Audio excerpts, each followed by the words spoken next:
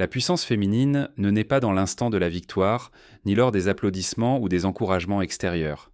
Elle émerge là où s'arrête cette habitude d'être accommodante.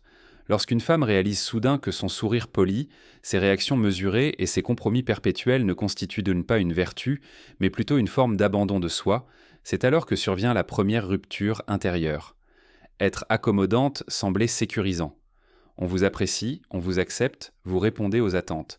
Mais c'est précisément cette conformité qui vous rend étrangère à vous-même. Une femme fatiguée d'ajuster constamment son comportement selon les humeurs d'autrui remarque un jour qu'elle se perd chaque fois qu'elle tait sa souffrance, qu'elle apaise les conflits, qu'elle feint que tout va bien alors qu'une tempête fait rage en elle. Plus elle s'efforce d'être correcte, plus elle s'éloigne de sa vérité personnelle. La libération commence par la reconnaissance. Je refuse désormais d'être celle qu'on choisit uniquement pour sa commodité. Cette décision est silencieuse, elle n'exige aucune justification, mais elle déclenche une vague de transformation. C'est précisément à ce moment qu'une femme fait face pour la première fois à cette question troublante. Si je cesse d'être accommodante, ceux qui prétendent m'aimer resteront-ils à mes côtés ? Cette crainte est profondément ancrée, car depuis l'enfance on nous enseigne que l'amour doit être mérité par l'obéissance, la tendresse, les concessions. Et soudain arrive cette prise de conscience. Si l'amour disparaît quand vous devenez vous-même, alors ce n'était pas de l'amour, mais une forme de dépendance. C'est ainsi qu'une femme commence à sortir de son ancien rôle. Non pas parce qu'elle est lasse d'être bien, mais parce qu'elle a choisi d'être vivante. Il est donc temps de cesser de porter les existences d'autrui sur ses épaules et d'examiner la sienne, là où commence la deuxième étape de sa métamorphose. Comprendre que vous n'êtes plus obligé de sauver tout votre entourage n'est pas de la cruauté, c'est de la maturité. Une femme qui renonce au rôle de sauveuse éternelle ne devient pas indifférente. Elle se pose simplement pour la première fois cette question. Ai-je envie d'être dans ce scénario ? Auparavant, elle se précipitait pour aider, même sans qu'on le lui demande. Elle écoutait les mêmes récits où les protagonistes ne changeaient en pas et les drames se répétaient entre. Elle extrayait des difficultés ceux qui ne faisaient aucun pas vers le changement. Elle soignait des blessures que personne ne voulait panser par lui-même. Avec le temps, la fatigue de ces sauvetages cesse d'être simplement de la fatigue. Elle se transforme en sentiment de vide, car l'aide devenue obligation cesse d'être de la bonté pour devenir une forme de dépendance. Sa générosité se retourne en cage, où elle ne peut plus distinguer qui a réellement besoin d'aide de celui qui exploite simplement sa disponibilité. Ce retour vers elle-même révèle une nouvelle vérité. Tout appel au secours n'est pas une demande qui cache un désir de changement. Parfois, c'est simplement l'habitude de déléguer la responsabilité. Une femme qui choisit la force apprend à faire un pas en arrière.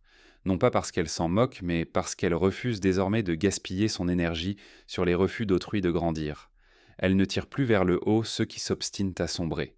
Car il n'y a plus de sauvetage là-dedans, seulement une complicité dans leur destruction. Elle comprend qu'extraire quelqu'un signifie prendre sur soi son parcours, ses leçons, sa douleur. Et elle ne porte plus les vies d'autrui sur son dos, car ce n'est pas de la compassion, c'est une fuite de sa propre existence. Si vous comprenez de quelle fuite il s'agit, écrivez dans les commentaires « Je comprends ». L'amour mature n'est pas un sacrifice, mais une présence sans abnégation.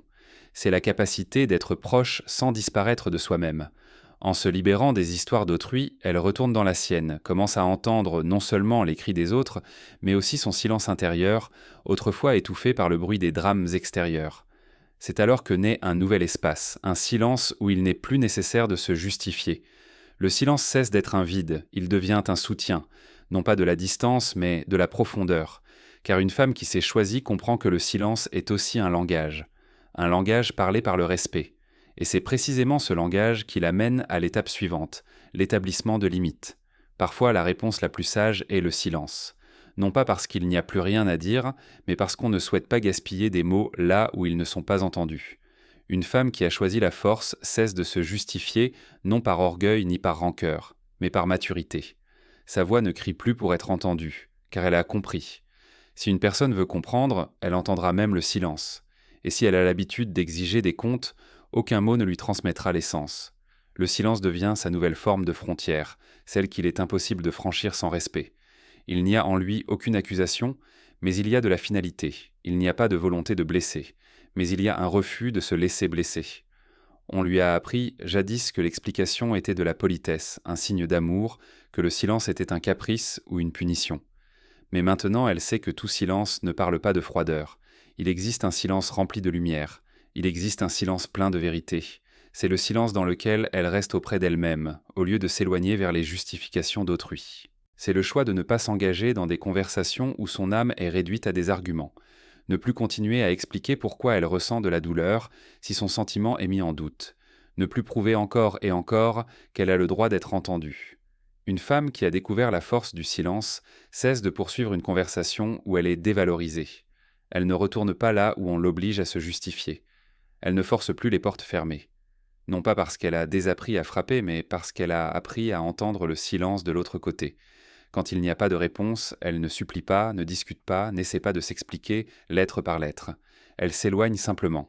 Ce n'est pas de la faiblesse ni de la froideur. C'est une décision profonde à laquelle elle est arrivée à travers la souffrance. Et dans ce retrait, il y a une véritable dignité. Le silence devient un acte d'estime de soi. Il dit « Je suis là, je vois, mais je ne participe plus ». Et cette décision change tout. Une femme qui a appris à se taire apprend aussi à sentir où passent les limites de sa patience. Elle n'entre plus dans un dialogue où on tente de la faire changer d'avis sur ses propres sentiments. Elle n'essaie plus d'être comprise à tout prix, car elle a compris que la compréhension ne peut pas être suppliée. Elle existe ou n'existe pas. Et si elle n'existe pas, alors elle n'a pas besoin de la remplacer par de longs monologues. Elle n'exige pas d'amour. Elle cesse simplement de lutter pour ce qui devrait être naturel. Le silence devient sa demeure.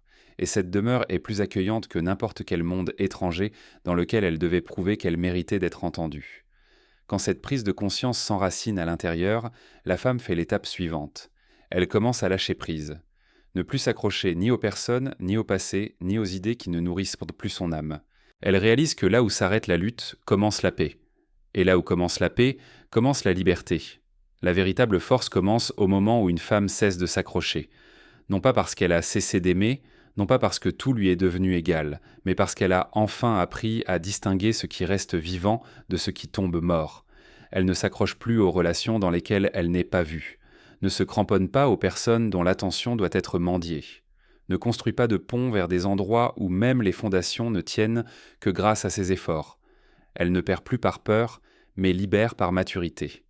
Lâcher prise ne signifie pas renoncer à l'amour. Cela signifie renoncer à l'illusion que l'amour peut être retenu par la peur, l'anxiété, l'accrochage. La peur de perdre est le nœud le plus lourd. Une femme a longtemps cru que si elle lâchait prise, elle resterait seule, inutile à personne, que sans attachement il n'y aurait pas de sens, sans lutte il n'y aurait pas d'amour. Mais un jour, restant dans le silence sans ceux auxquels elle s'accrochait jusqu'à la douleur, elle fait une découverte étonnante.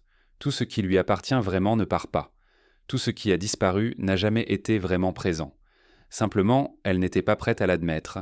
Sa peur était plus forte que la vérité. Son désir de retenir était plus puissant que la confiance en la vie. Mais maintenant, elle cesse de craindre le vide, car elle sait que le vide n'est pas effrayant. Ce qui est effrayant, c'est s'oublier soi-même juste pour ne perdre personne. Une femme qui a choisi le non-accrochage ne devient pas froide. Elle devient authentique. Si vous aussi choisissez d'être authentique, écrivez dans les commentaires « authentique ». Elle reconnaît « Je ne peux pas sauver ce qui ne veut pas être sauvé. Je ne suis pas obligé de réparer ce qui se casse délibérément. Je ne dois pas insister là où on me repousse.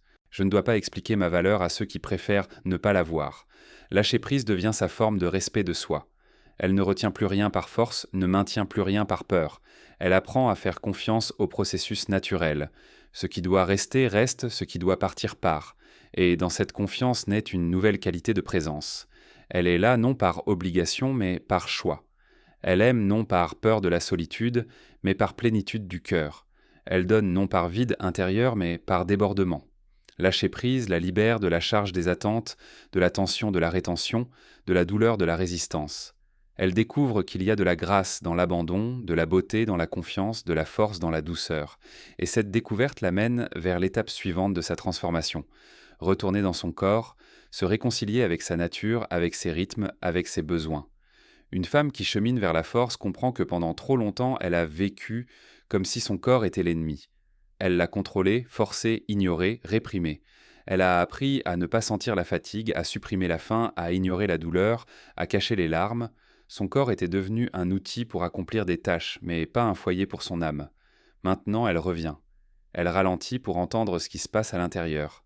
Elle apprend à distinguer ce qui appartient vraiment à son ressenti de ce qui est imposé de l'extérieur. Elle retrouve sa vérité, son intuition. Elle cesse de vivre uniquement avec sa tête, ne réprime plus ses émotions, ne masque plus l'anxiété par la productivité, ne cache plus les larmes sous une armure de force. Elle apprend à s'arrêter, apprend à écouter où ça fait mal, où elle a besoin de chaleur, où c'est tendu à cause de nombreuses années de tension. Elle redécouvre que le corps n'est ni un ennemi ni un instrument. C'est un allié vivant. C'est un réceptacle dans lequel est conservée toute son histoire, toute son intuition, toute la sagesse féminine. Il contient des réponses qu'on ne trouve pas dans les livres et les conseils.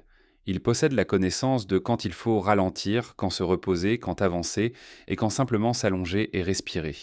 Une femme revenue dans son corps cesse de rejeter sa nature. Elle ne demande pas au monde la permission d'être avec elle-même, avec les rides au coin des yeux, avec l'épuisement dans le dos, avec les mains tremblantes, avec des courbes imparfaites. Elle ne s'inscrit pas dans les standards. Elle se ressent de l'intérieur. Et dans cette sensation, il y a une force invisible mais que tous perçoivent. Elle ne permet plus aux autres de franchir ses limites, car maintenant elle les sent avec sa peau. Pas abstraitement, mais littéralement. Elle sait où ça fait mal, où il fait froid, où il faut fermer la porte. La connexion avec le corps rend à la femme son principal soutien, son intuition, celle qu'elle avait longtemps étouffée, parce qu'il fallait être rationnelle, parce que tout le monde vit ainsi. Et maintenant, elle entend clairement ce qui est sien et ce qui est étranger, ce qui nourrit et ce qui détruit. Si vous aussi apprenez à écouter votre intuition, écrivez dans les commentaires « Je fais confiance ». Quand il faut partir et quand il vaut mieux rester, elle n'a plus besoin d'autorisation extérieure. Dans le corps naît la tranquillité, la sagesse, la stabilité. Et de cet état, elle fait l'étape suivante. Elle renonce aux attentes infinies qui dirigeaient autrefois sa vie. Quand une femme revient dans son corps, elle comprend soudain « plus besoin d'attendre ». Attendre qu'on l'appelle, qu'on lui écrive, qu'on la comprenne, qu'on la remarque. L'attente est une forme subtile, presque imperceptible de trahison de soi. Elle commence par de petites choses, par une retenue de respiration à chaque notification, par un regard tendu vers l'écran, par l'espoir qu'on la rattrape, qu'on s'excuse, qu'on l'embrasse, puis pénètre imperceptiblement plus profondément, dans le rythme de vie, dans le cœur, dans la valeur. Une femme vivant dans l'attente est constamment comme si elle se tenait sur le seuil, mais n'entrait jamais dans sa propre maison. Elle met sa vie en pause, n'ose pas être heureuse avant la reconnaissance de quelqu'un, ne se permet pas la joie sans confirmation, ne s'autorise pas la liberté tant que quelqu'un ne dit pas « tu en es digne ». Mais maintenant, elle choisit différemment. Elle ne se reporte plus à plus tard, n'étouffe plus le désir par peur de paraître capricieuse, ne dit plus oui quand elle veut dire non, juste pour rester dans la zone de confort de quelqu'un. Elle n'essaie plus d'être parfaite pour mériter l'amour, elle comprend qu'une vraie connexion ne demande pas d'effort pour être vue. Ceux qui ressentent vraiment voient immédiatement et ne demanderont pas d'être une version pratique de soi-même. Elle cesse d'expliquer son non, cesse de se justifier pour ses limites, car en elle s'éveille une connaissance silencieuse mais inébranlable. Je suis suffisante sans approbation, sans confirmation, sans évaluation. Cette connaissance ne crie pas. Elle n'exige pas de preuves. Elle existe simplement, comme la respiration, comme le battement du cœur. Elle ne gaspille plus de force sur ceux qui n'entendent pas, car elle a compris que celui qui veut comprendra à demi-mot, et celui qui ne veut pas n'entendra même pas les explications les plus sincères. Et ce n'est pas sa faute. Une femme qui a lâché l'attente devient vraiment libre, non pas parce qu'elle n'a plus besoin de personne, mais parce qu'elle n'a plus besoin de l'attention d'autrui pour ressentir sa valeur. Son cœur s'est toujours aimé, mais il ne demande plus à l'amour de diriger. Elle ne court pas après l'attention, car elle a appris à être attentive à elle-même. Elle n'attend pas la permission de se réjouir. Elle se la donne elle-même. Et dans ce nouveau silence, où il n'y a plus d'anxiété et si je ne suis pas nécessaire, naît une compréhension profonde. Je ne demande plus d'être aimé, je choisis d'être moi-même. Et cela l'amène au suivant, à l'amour mature et à la vie depuis le centre intérieur, où il n'y a pas de lutte pour une place dans la vie de quelqu'un, car il y a son propre espace. Quand une femme cesse de vivre dans l'attente, elle cesse de lutter pour ce qui devrait être naturel. Elle ne prouve plus sa valeur dans les relations, ne rivalise plus avec les autres, ne supplie plus le droit d'être proche. Tout cela coûte trop cher non pas en termes de prix, mais en termes de perte de soi. Elle comprend que l'amour n'est pas une récompense pour les efforts, pas une finale dans une course, pas une reconnaissance pour la justesse. L'amour est une rencontre, vraie, chaleureuse, vivante. Personne n'y joue de rôle, personne ne cherche à plaire. Il y a simplement deux personnes qui n'ont pas peur d'être elles-mêmes. Une femme vivant depuis son centre intérieur ne s'impose pas. Si on ne l'entend pas, elle ne crie pas. Si on ne la choisit pas, elle ne supplie pas. Si on ne la respecte pas, elle ne cherche pas d'excuses. Elle part simplement sans colère, sans rancœur, mais avec compréhension. Là où il y a de l'amour, il ne devrait pas y avoir d'humiliation. Là où il y a de la proximité, il ne devrait pas y avoir de tension constante. Là où vous êtes apprécié, il ne faut pas avoir peur d'être soi-même. Son silence est devenu mature, non pas froid, mais rempli de sens. Il dit « Je n'ai plus besoin, je choisis ». Elle ne se bat pas pour une place dans la vie de quelqu'un, car elle a déjà construit la sienne.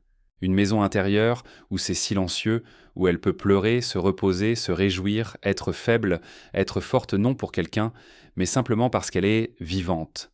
Elle ne demande plus qu'on la tienne. Elle se tient elle-même car elle a trouvé le principal point d'appui en elle. Elle ne se sacrifie pas pour préserver les relations. Ne troque pas son âme contre une attention passagère, n'a pas peur de partir si elle sent qu'elle a cessé d'être authentique auprès de quelqu'un. Ce n'est pas de l'orgueil, c'est de l'amour-propre, car une femme qui a choisi de vivre authentiquement comprend que tout ce qui exige de renoncer à soi ne vaut pas son prix. Tout ce qui exige la trahison de ses sentiments la détruit de l'intérieur, et elle ne veut plus retourner dans cette réalité où son silence était perçu comme un accord et sa bonté comme de la faiblesse. La vie depuis le centre intérieur ne parle pas de solitude, elle parle de plénitude. Une femme suivant cette voie ne se pose plus la question « Qui comblera le vide ?» Car il n'y a plus de vide. Il y a l'intégrité, il y a un espace où elle ne se cache pas, ne se gêne pas, ne s'adapte pas. Et c'est précisément dans cette authenticité que naît une nouvelle énergie, celle qui attire sans effort, celle qui dit au monde « j'existe ». Et dans cette simple affirmation réside toute sa force. Maintenant, elle vit simplement, n'essaie pas d'être parfaite, n'essaie pas d'être comprise, n'essaie pas d'être une version pratique d'elle-même, elle existe simplement dans son rythme, dans sa respiration, dans sa vérité. Elle ne se divise plus en parties pour tenir dans la vie de quelqu'un, ne explique plus sa valeur, n'attend plus le moment où quelqu'un lui permettra d'être elle-même, car ce moment est déjà arrivé à la seconde où elle a cessé de lutter et a commencé à s'écouter. La force d'une femme ne réside pas dans la quantité de douleur qu'elle peut endurer, mais dans sa capacité à s'arrêter. Dire assez. Dire non là où elle endurait avant. Dire oui à ce qui la rend vivante. Elle ne s'est pas endurcie, elle ne s'est pas fermée, elle a simplement enfin choisi non pas tout le monde, non pas l'extérieur, non pas l'inhabituel, mais elle-même. Et dans ce choix, il n'y a pas de geste bruyant, pas de slogan éclatant, seulement un silencieux mais inébranlable « je ne me trahis plus pour la paix d'autrui ». Elle avance non par peur de rester seule, mais par respect pour elle-même. Son chemin ne parle pas de fuite, mais de retour à elle-même, au corps, aux sentiments, à la vie sans simulacre. Elle ne cherche pas qui être d'autre. Elle est déjà telle qu'elle est, sans excuses, sans masque, sans mots superflus. Et dans cette authenticité, sa voix résonne plus profondément, plus silencieusement, plus fortement. Ainsi parle seulement celle qui s'est trouvée, qui est rentrée chez elle non dans la maison de quelqu'un d'autre, mais dans son monde intérieur. Si vous aussi ressentez ce retour chez vous, écrivez dans les commentaires « chez moi ». Et à partir de ce moment, elle n'a plus besoin d'être aimée pour ressentir sa valeur. Elle sait déjà qu'elle est amour, elle est suffisante, elle est libre,